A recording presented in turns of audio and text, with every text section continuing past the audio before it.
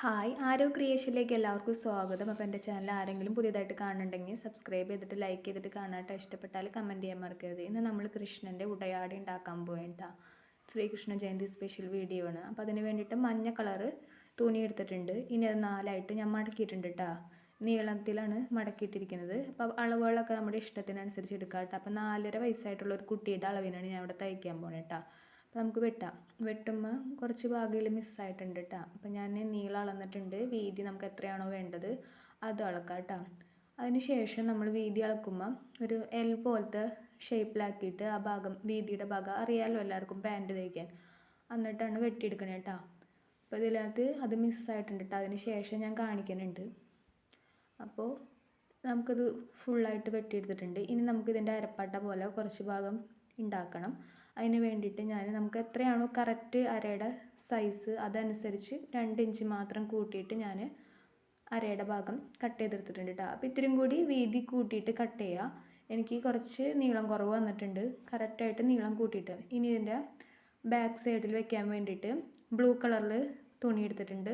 നമ്മൾ ഇതേപോലെ കാണിച്ച പോലെ തന്നെ അരയുടെ ഭാഗത്തുള്ളത് അളവ് വെച്ചിട്ട് അതിൻ്റെ അളവിന് കുറച്ച് റൗണ്ടായിട്ട് താഴേക്ക് കൂട്ടിയിട്ടിട്ട് വെട്ടിയെടുക്കാം കേട്ടോ. അപ്പോൾ ഇതും കൂട്ടിയിട്ടിട്ട് വെട്ടാം കേട്ടോ.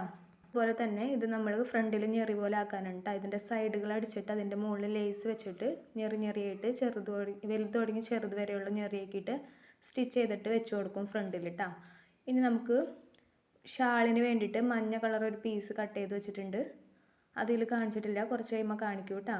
അതുപോലെ തന്നെ അതിൻ്റെ സൈഡിൽ വെക്കാൻ വേണ്ടിയിട്ട് ബ്ലൂ കളറും കട്ട് ചെയ്തെടുത്തിട്ടുണ്ട് കേട്ടോ. ഇനി നമുക്ക് ഓരോ സ്റ്റിച്ചിൻ്റെ സൈഡിൽ ചിലയിടത്തൊക്കെ ലേസ് വെച്ച് കൊടുക്കുന്നുണ്ട്, ഗോൾഡൻ കളർ കേട്ടോ. അപ്പോൾ ഞാൻ ഈ കാണിക്കുന്ന പോലെ തന്നെ ഫ്രണ്ടിൽ വെക്കാനുള്ള ഞെറി കട്ട് ചെയ്തെടുക്കാം കേട്ടോ. അപ്പോൾ ഫുള്ളും കട്ടിങ്ങൊക്കെ കഴിഞ്ഞിട്ടുണ്ട്. ഇനി നമുക്ക് സ്റ്റിച്ച് ചെയ്ത് തുടങ്ങാം കേട്ടോ. അപ്പോൾ ഇതാണ് നമ്മുടെ ഫ്രണ്ടിൽ വെക്കണ ഷാളിൻ്റെ ഭാഗം എന്ന് പറഞ്ഞില്ലേ, ആ ഷാളും നമുക്ക് റെഡിയാക്കി എടുക്കാം കേട്ടോ. ആദ്യം നമുക്ക് പാൻറ്റ് തയ്ക്കാം കേട്ടോ. പാൻറ്റ് ആദ്യം നമുക്ക് അടിഭാഗം തയ്ച്ചെടുക്കാം. അടിയുടെ ഭാഗം മടക്കി അടിക്കുക കേട്ടോ. അപ്പോൾ ഞാനൊരു 3/4 ഇഞ്ച് വെച്ചിട്ട് അടിച്ചിട്ടുണ്ട് കേട്ടോ. മഞ്ഞ കളർ നൂലൊക്കെ ഇട്ട് സെറ്റ് ചെയ്തിട്ട് അത് അടിച്ച് തുടങ്ങിയിട്ടുണ്ട് കേട്ടോ. അപ്പോൾ ആദ്യം ചെറുതായിട്ട് അടിച്ചിട്ട് അത് ഒന്നും കൂടി മടക്കി അടിക്കാം കേട്ടോ, 3/4 ഇഞ്ചായിട്ട്. അപ്പോൾ കറക്റ്റ് കിട്ടും. അതേ വീതിക്ക് തന്നെ അടിക്കുക.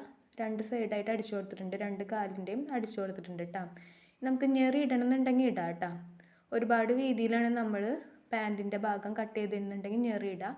ഞെറി ഇട്ടില്ലെങ്കിൽ നമുക്ക് സ്റ്റിച്ച് വെറുതെ ചെയ്തിട്ട് അതിൽ ഒരു നൂല് മാത്രം എടുത്തിട്ട് കട്ട് ചെയ്ത് കളഞ്ഞിട്ട് ഒരു നൂല് മാത്രം എടുത്ത് വലിച്ചിട്ടുണ്ടെങ്കിൽ ചെറിയ ചെറിയ ഞെറിയായിട്ട് കിട്ടും കേട്ടോ. അതുപോലെ തന്നെ ഞാൻ ബാൻഡിൻ്റെ പീസ് കാലുമ്മേക്ക് വെച്ച് കൊടുത്തിട്ടുണ്ട് കേട്ടോ. കാലിൻ്റെ ഭാഗത്ത് ഇതാണ് ഞാൻ പറഞ്ഞത് എൽ ഷേപ്പിൽ വേണം എന്നുള്ളത് കേട്ടോ. അപ്പോൾ അതിവിടെ ഷേപ്പാക്കിയിട്ട് കൊടുക്കണം നമ്മൾ. അതിന് ശേഷം നമ്മൾ സ്റ്റിച്ച് ചെയ്ത് കൊടുക്കുക. അതിന് ശേഷം നമ്മൾ ഒന്ന് തിരിച്ചിടുമ്പോൾ ഇതേ ഷേപ്പിൽ വരും. എന്നിട്ട് അതിൻ്റെ ഭാഗങ്ങൾ അടിച്ചെടുക്കുക കേട്ടോ. അപ്പോൾ പാൻറ്റ് തയ്ക്കാനൊക്കെ മിക്കവർക്കും അറിയാം. അതുപോലെ വിശദമായിട്ട് പാൻറ്റ് തയ്ക്കുന്ന വീഡിയോ ഒക്കെ ഞാൻ ഇടുന്നുണ്ട് കേട്ടോ.